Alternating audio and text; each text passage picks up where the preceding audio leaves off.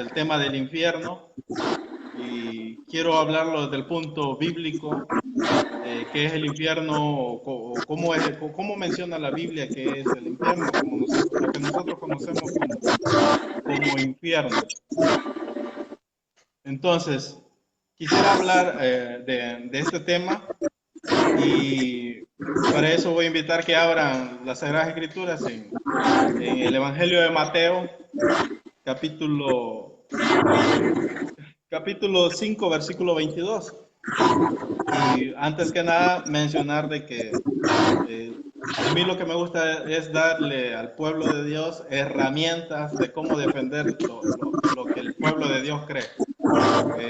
Dárselo de una forma estructurada y para que lo puedan defender de una mejor manera, porque a veces carecemos de argumento y carecemos de cómo defenderlo de la mejor manera y por tal razón a veces la gente lo tiene como mal, como fanático, como que eso no existe, porque a veces uno no lo explica o no lo expone de la mejor manera.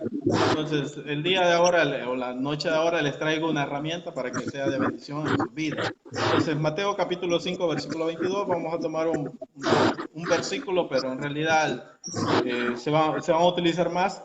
Dice de la siguiente manera, la leemos honrando al Padre, al Hijo y al Espíritu Santo. Pero yo digo que cualquiera que se enoje contra su hermano será culpable de juicio, y cualquiera que diga necio a su hermano será culpable ante el concilio, y cualquiera que le diga fatuo quedará expuesto al infierno de fuego. Memoricemos esa expresión del infierno de fuego, que es en lo que vamos a estar basando la enseñanza el día de ahora, el pequeño estudio. La vez pasada hablamos respecto del jardín en Edén, y ahora quiero hablar del tema del infierno. En la escritura, por lo menos en nuestras Biblias al español, la palabra infierno aparece un total de 13 veces en nuestra Biblia al español, porque todos los cristianos mayormente manejan la Biblia Reina Valera 1960, y por lo menos en la Biblia Reina Valera nos aparece 13 veces. Quiero dar los siguientes versículos en los que aparece la palabra infierno.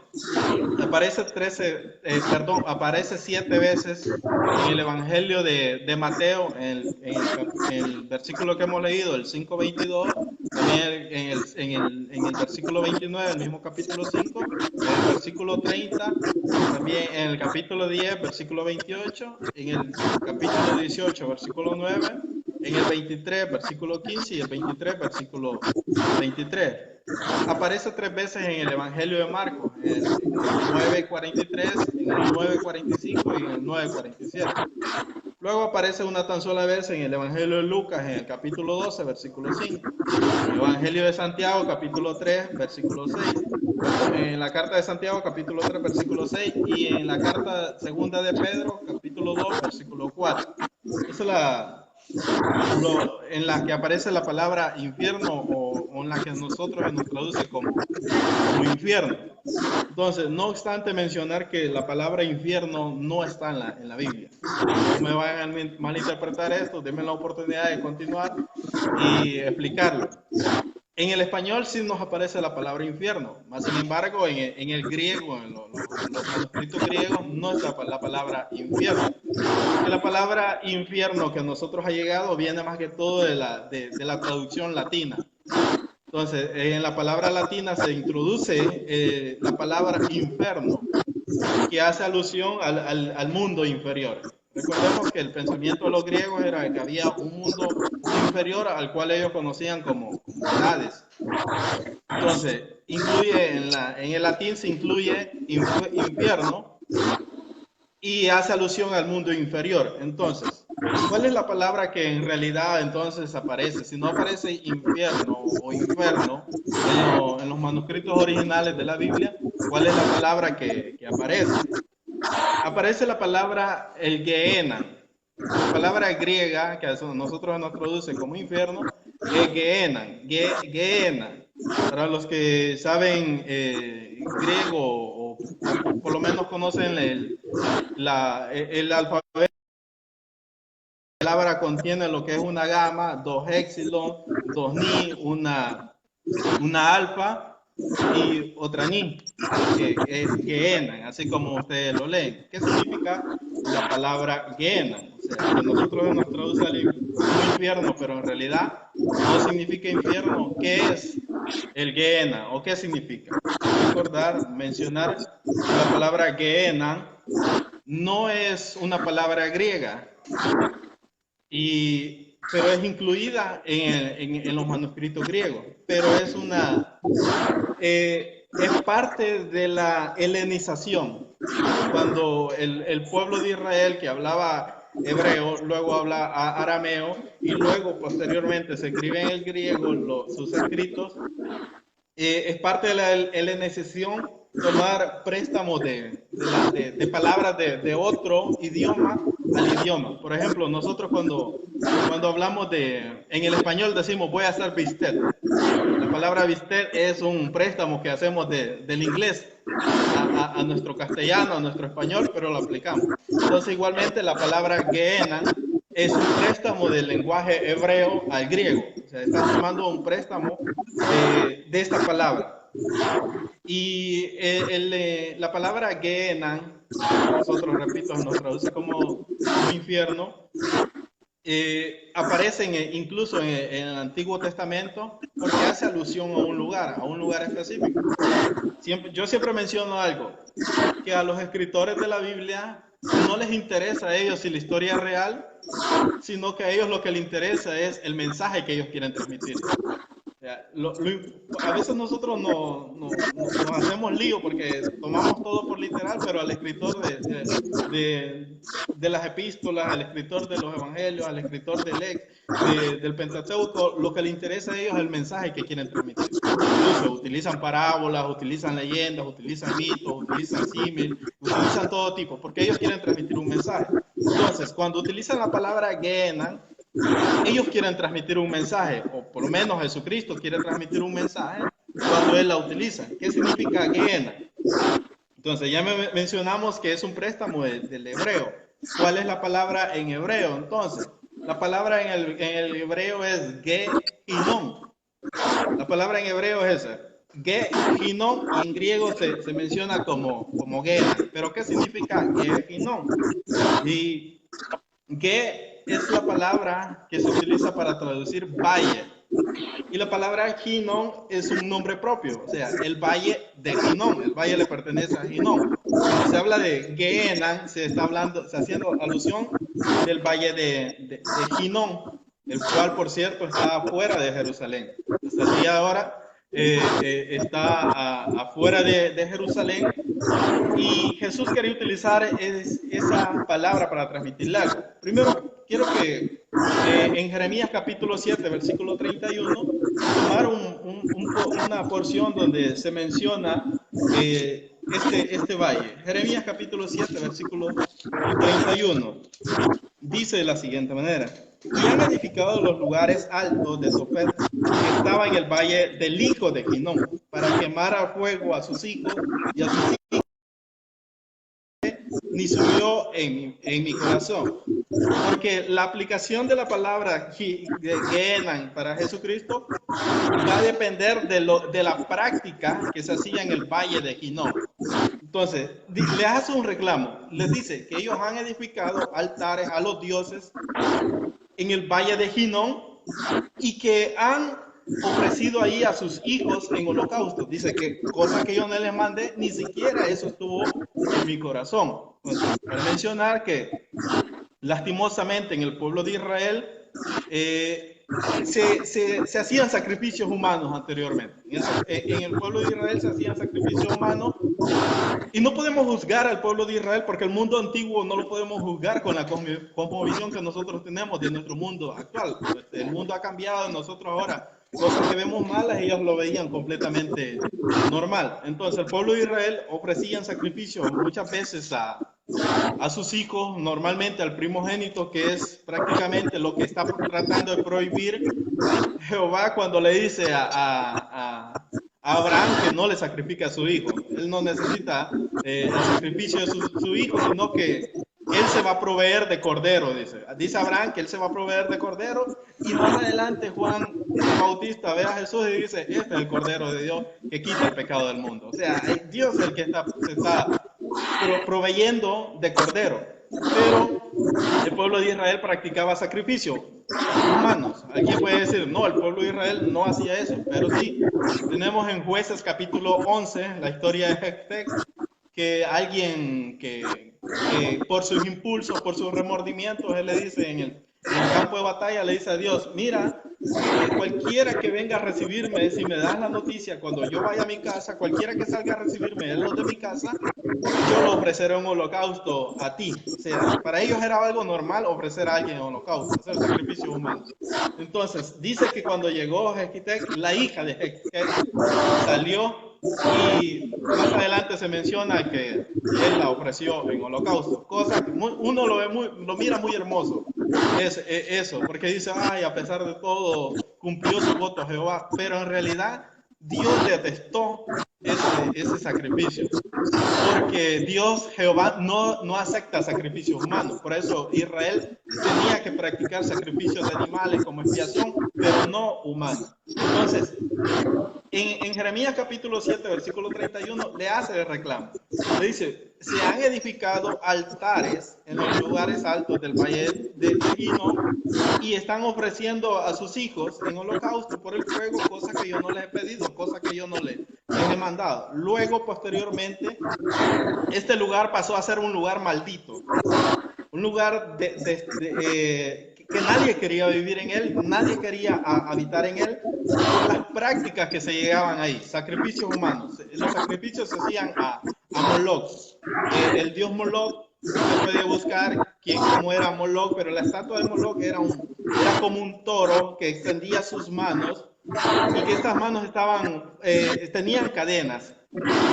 El niño, el primogénito, era puesto en las manos de Moloch, las cadenas eran jaladas de atrás y el niño caía en las brasas, en el fuego que estaba en el cuerpo de Moloch. Y ahí ofrecían holocausto a estos dioses. Entonces, en 2 de Reyes, capítulo 21, versículo 6, también se nos habla de que ellos ofrecían sacrificios a los dioses.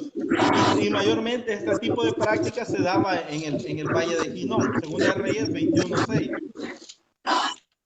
Dice de la siguiente manera. Dice, y pasó a su hijo por fuego y se dio a observar los tiempos y fue agorero, instituyó y empieza a mencionar. Pero el punto es que este tipo hizo pasar a su hijo por el fuego. En Ezequiel capítulo 16, versículo 20, también nota una mención de un reclamo de los sacrificios que el pueblo de Israel hacía. Ezequiel capítulo 16, versículo 20, dice... Además de esto, tomaste tus hijos, tus hijas, que habías dado a luz para mí, y los sacrificaste a ellas para que fuesen consumidos.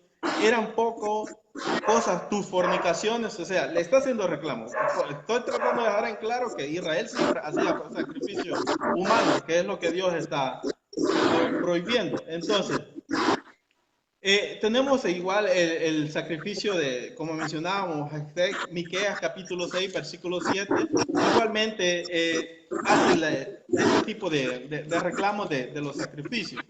Entonces, cuando comprendemos esta palabra Gehenna, que viene del valle de Hinnom, o de Gehinnom, se nos traduce como infierno. Si no significa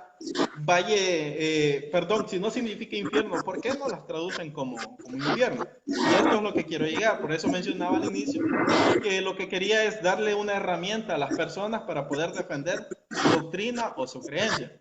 Porque muchos vienen y dicen, pero si ahí ni dice infierno, ahí dice valle de Hinnom, y que el valle de Hinnom estaba fuera de Jerusalén, porque quiero mencionar que era el valle de Hinnom. El valle de Hinnom era un vertedero. O el Gehenna. El Gehenna era un vertedero, un basurero donde se quemaban todos los desperdicios de la ciudad y se quemaban ahí los animales. Se quemaba todo. Ese lugar estaba constantemente ardiendo en fuego. El fuego nunca se apagaba por ser el basurero. La gente llegaba ahí, botaba basura y lo quemaba y estaba constantemente ahí botando. Ese fuego nunca se apaga. Por eso Jesús lo menciona el infierno de fuego o el Gehenna de fuego, el versículo que tomábamos.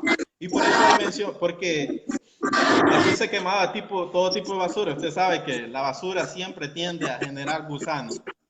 Más si hay animales ahí tirados, genera gusanos. Por eso también se menciona donde el gusano de ellos no muere. Entonces, por eso Jesús usa esta figura del Valle de Ginón, porque el Valle de Ginón era un lugar considerado maldito. Nadie quería estar ahí, nadie quería entrar ahí. Y por eso Jesús viene y les dice, miren, por eso siempre menciono, Jesús utiliza algo para transmitir un mensaje. O sea, el mensaje está en lo que quiere transmitir. Entonces, por eso es que él utiliza parábolas o cualquier cosa, porque a él lo que le interesa es dar un mensaje. ¿Por qué utiliza la figura del Valle de Ginón? Porque era un lugar maldito. Y él les dice, miren, si tu ojo te es ocasión de caer, mejor sácatale, porque mejor te es entrar sin un ojo al cielo, a que entres al Valle de Ginón o que entres al infierno, como dice la Reina Valera, entero. O sea, porque todos los judíos o toda la gente de ese lugar tenía miedo de entrar a ese lugar, porque era un lugar maldito, donde se quemaban todos. Entonces, Jesús, los discípulos y todos entendían a qué era lo que Jesús estaba refiriendo. Jesús utiliza la figura de algo para expresar un mensaje. Recordemos las palabras de Jesús con este fariseo, se me ha ido el Nicodemo. Con Nicodemo cuando le dice, te estoy hablando de cosas terrenales y ni siquiera entiendes, mucho menos vas a entender si te hablo de las cosas espirituales. Entonces Jesús utilizaba cosas terrenales para poder transmitir un mensaje. Entonces Jesús usa la figura del Gehenna o el Valle de Ginón para poder transmitir el mensaje de un lugar de tormento a donde van los muertos. Entonces, cuando ellos escuchaban eso, ellos ya sabían a qué se estaba refiriendo. Jesús le estaba diciendo, mira, ama, ten misericordia, compórtate, sé serio para que no vayas a un lugar de tormento, porque ellos estaban conscientes de que había un lugar de tormento donde iba la gente injusta. Tenemos la parábola de Rico y Lázaro.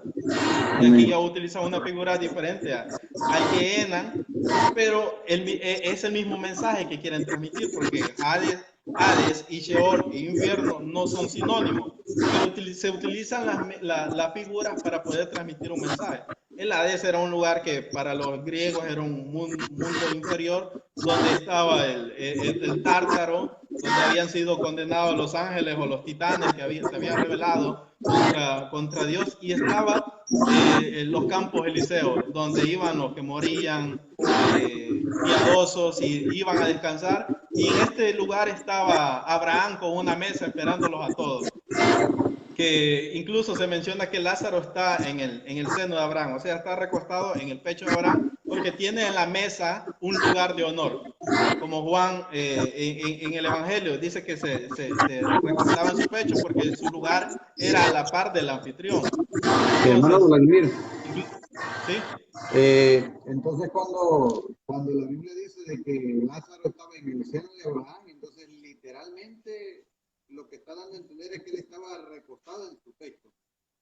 Sí, exactamente. Porque en el tiempo que se escribe la Biblia utilizan una mesa en tipo U, en la que ellos quedaban recostados. Por ejemplo, estaba el anfitrión en medio y los lugares de honor eran a la derecha y eran a la izquierda. Incluso por eso vienen los hijos viene Juan y Jacobo con la mamá de decirle, mira, cuando entres en tu reino, permite que uno de mis hijos se siente a la derecha y otro se siente a la izquierda, porque era el tipo de mesa en el que ellos se sentaban y se recostaban. Era un tipo U y en medio se ponía la olla para comer. Por eso es que todos meten el pan. Cuando Jesús le dice a los discípulos, el que moja el pan conmigo en el plato, ese es el que me va a entregar. En realidad no les está diciendo quién lo lo voy a entregar porque todos están metiendo el pan en la mesa. Jesús no iba a generar problemas entre ellos porque sabía cómo eran algunos de sus discípulos. Estaba ahí un celote, estaba ahí Pedro, que no le amagaban el corvo a nadie, a los buen salvadoreños. Entonces, pero es literalmente, está él en el pecho. Uno es que dice, es que el lugar donde iban antes se llamaba el seno de Abraham. No, ahí está designando un lugar de honor. Incluso lo que Abraham le dice, tú tuviste muchos bienes en la tierra y Lázaro no, y ahora este es consolado y está en un lugar mejor. O sea, había sido llevado, pero el rico por ser corrupto había sido llevado a un lugar de tormento. No había tenido amor ni misericordia por el prójimo. Entonces, pero Jesús utiliza, por ejemplo, en la parábola de Rico y Lázaro se utiliza la figura del Hades para transmitir un mensaje de que al morir hay un lugar de tormento para aquellos que no son piadosos ni hacen la voluntad de Dios. Y se utiliza la figura del Gehenna para transmitir un mensaje de que hay un lugar de tormento donde van los que no hacen lo bueno y repito, por ejemplo, nosotros tenemos la cosmovisión del infierno. Por eso decía al inicio que quería hablar del infierno como la Biblia lo menciona, para dar una base y una defensa que los cristianos podíamos tener para defender esta postura o por qué creemos que un lugar de tormento.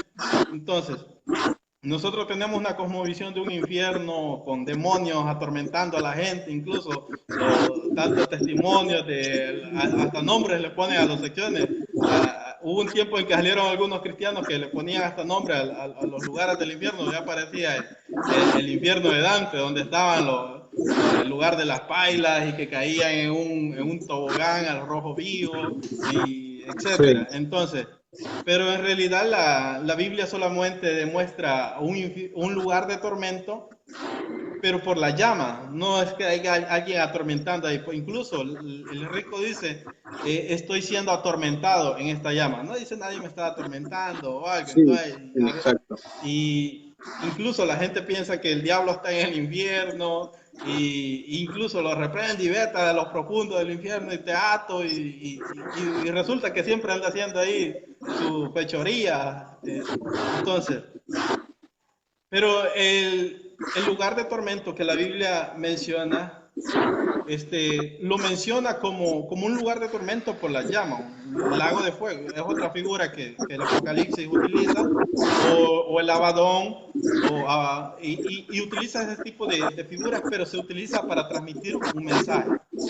No, ¿cómo se llama? No sabemos si se llama Hades, no sabemos si se llama Sheol, no sabemos si se llama infierno, no sabemos si se llama Gehenna a ciencia cierta, no sabemos de cuál de todas estas formas que se presenta, cómo se llama, pero lo que sí Jesús quiere transmitir es que hay un lugar de tormento donde la gente mala va a parar.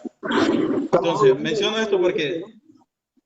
¿sí? Estamos hablando entonces que para la época de Jesús, cuando él se refiere y habla esas palabras, realmente los judíos, los escribas, los fariseos, todos los que le escuchaban sabían a qué se refería. Exactamente. Ellos sabían a qué se referían. Nosotros que ahora en día lo leemos y no entendemos, porque obviamente la Biblia fue escrita hace 2000 años atrás, una cultura completamente diferente a nosotros, un lenguaje completamente diferente a nosotros y una cosmovisión del mundo diferente a nosotros. Pero cuando ellos lo escuchaban, ellos ya sabían a qué se estaba refiriendo. Entonces, o sea que, ellos sabían y por...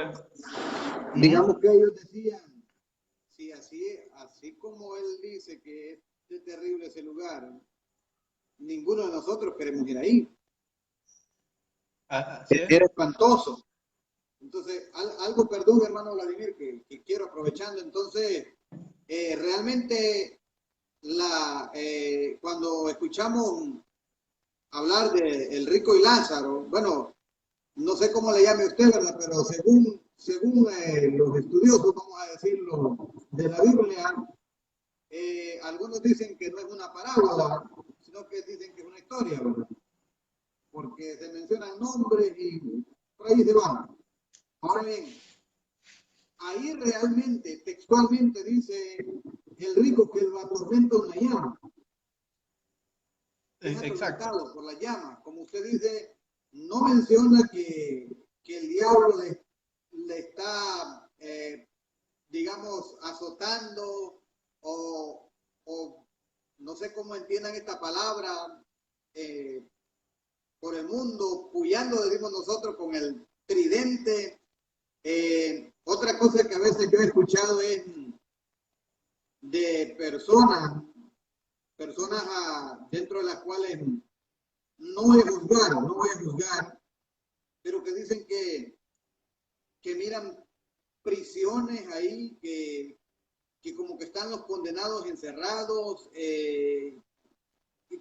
cosas como esa, ¿verdad?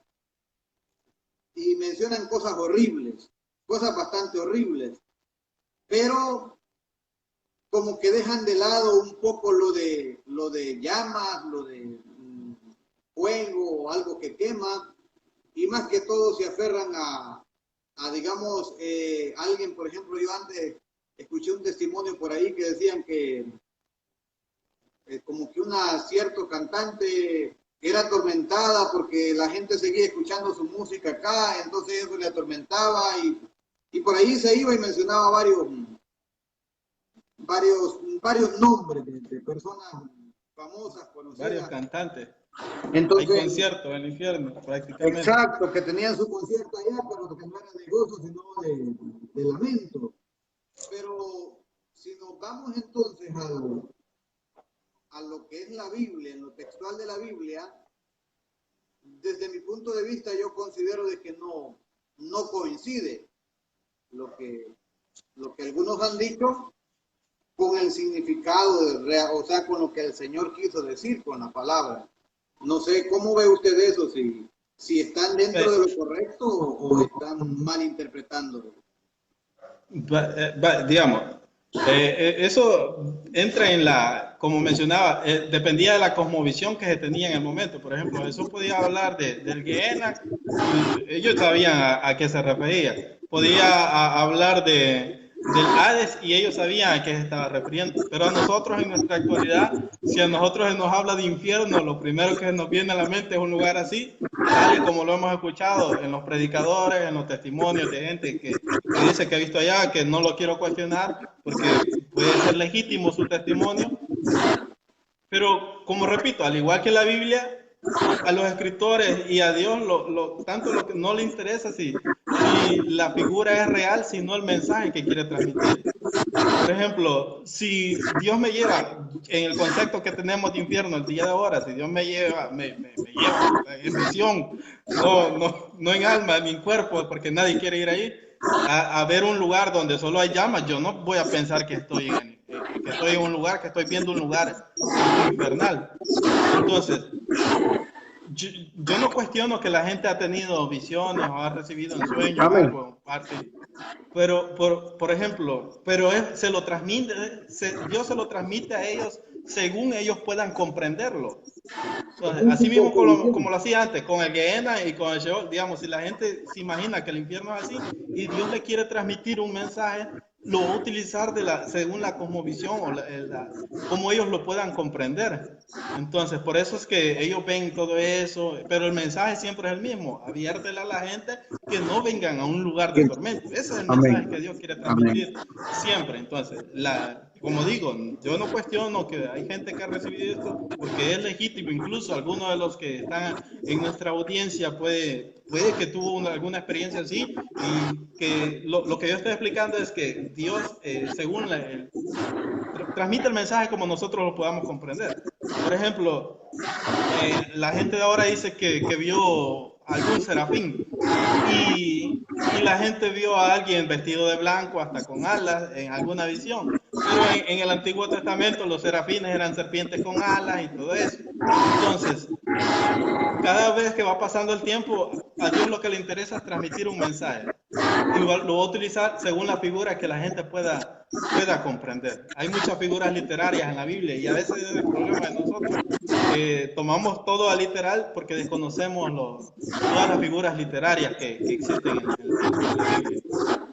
Entonces, pero puede ser que lo que menciona la Biblia no coincide con las visiones o revelaciones que la gente ha tenido en nuestro tiempo. No coincide, pero el mensaje siempre es el mismo. El mensaje siempre coincide. El método cambia, pero el mensaje siempre es el mismo. O sea que el mensaje central siempre se mantiene independientemente de cómo uno lo vea o lo interprete, puede decirme. Ajá. Sí, porque, por ejemplo, algunos dicen, yo vi el infierno pero es totalmente negro. Y las llamas son negras porque dice que es un lugar en la oscuridad eterna y que donde los dientes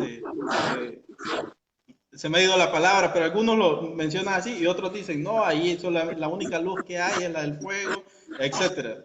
Todo es dependiendo la cosmovisión que ellos tengan, pero el mensaje siempre es el mismo. Que Dios espera que nadie vaya a parar a un lugar de eso. Pues, hermano Vladimir, está bastante interesante el tema y, bueno, yo siempre le he dicho, me gusta la forma en la que usted indaga, en la que usted trata la manera de enseñarlo. Yo he hablado en muchas ocasiones del infierno, pero no de esta manera. Como usted dice, lo único que tratamos de hacer es siempre como dar el mensaje central, o sea, de lo que, para serle sincero, nunca he indagado en esa palabra. Sé, digamos, que proviene del hebreo, y la he estudiado, pero no a detalle como lo ha hecho usted. Entonces sí he hablado en algunas ocasiones, incluso hemos hablado también del lago de fuego, pero me gusta la manera en la que usted indaga sobre algunos temas muy importantes y pues siempre sin perder de vista el mensaje que te quiere dar, ¿verdad? Entonces, sí, porque ese tendría que ser en este punto, entonces, tendría que ser no se descartan los mensajes que hablen acerca del infierno o del lago de fuego, bueno, del infierno, porque para nosotros esa es la palabra, ¿verdad? O de esa manera lo entendemos. Entonces, porque lo que se quiere hacer es, de alguna manera, advertir a la gente, concientizar a la gente que es un lugar terrible. Así es. Un lugar terrible. Entonces, si Lázaro menciona de una llama y si algunas personas, como usted dice, lo ven de una manera diferente, pero el punto central es que la gente escape por su vida. Del lugar de tormento. Del lugar de tormento. Exacto.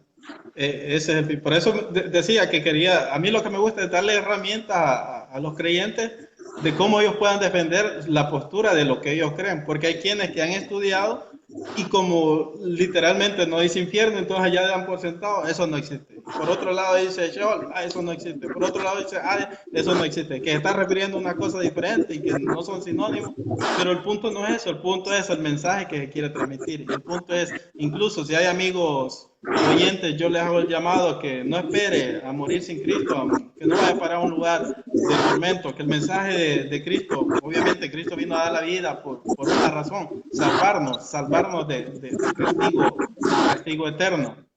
Entonces, que no vayan a parar al lugar de tormento. Entonces, así se cierta, nosotros no sabemos cómo es, pero de que existe. Entonces, usted decía que la palabra, literalmente hablando, la palabra infierno, como nosotros la entendemos, no aparece en el original bíblico. No aparece, pero lo utilizamos porque yo la utilizo y la voy a seguir utilizando porque es la cosmovisión que las personas tienen, que al mencionar yo esta palabra, ellos ya saben a qué me estoy refiriendo. Ya saben a qué se refiere. Ya, o sea, ya entienden. Lo que estoy haciendo es sentando las bases de que por qué mencionamos el infierno. Por lo menos podemos decir ahora, es que viene del latín de otra traducción de la Biblia al latín y de ahí infierno, etc. Pero la palabra no está en el griego, digamos. En pocas palabras, hermano, pues lo que usted está haciendo es dotando a las personas de la herramienta adecuada para defenderse en algún determinado momento, porque sabemos que hay personas que tienen bastante conocimiento y en algún determinado momento pueden hasta confrontarlo a uno y Sí, llevarlo sí, también a uno a querer profundizar y darse cuenta de que lo que decía Julano era cierto y como usted dice, terminan dejando de creer. sí, sí, así es. Incluso a veces uno queriendo dar herramientas, uno se puede meter en problemas.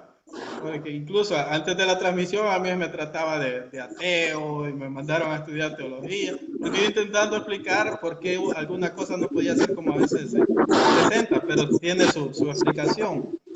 Entonces, yo por eso, Alberto, porque yo vengo de eso, de a veces depender sin argumento, patadas de ahogado como conocemos, y por eso lo que quiero es que mis hermanos en Cristo Jesús tengan las herramientas para poderse defender de los ataques que puedan venir a la iglesia, Hermano David, a la iglesia. ¿Sí? usted tiene un canal de YouTube donde tiene este tema y algunos temas muy, muy interesantes, como lo que es el Jardín del Edén,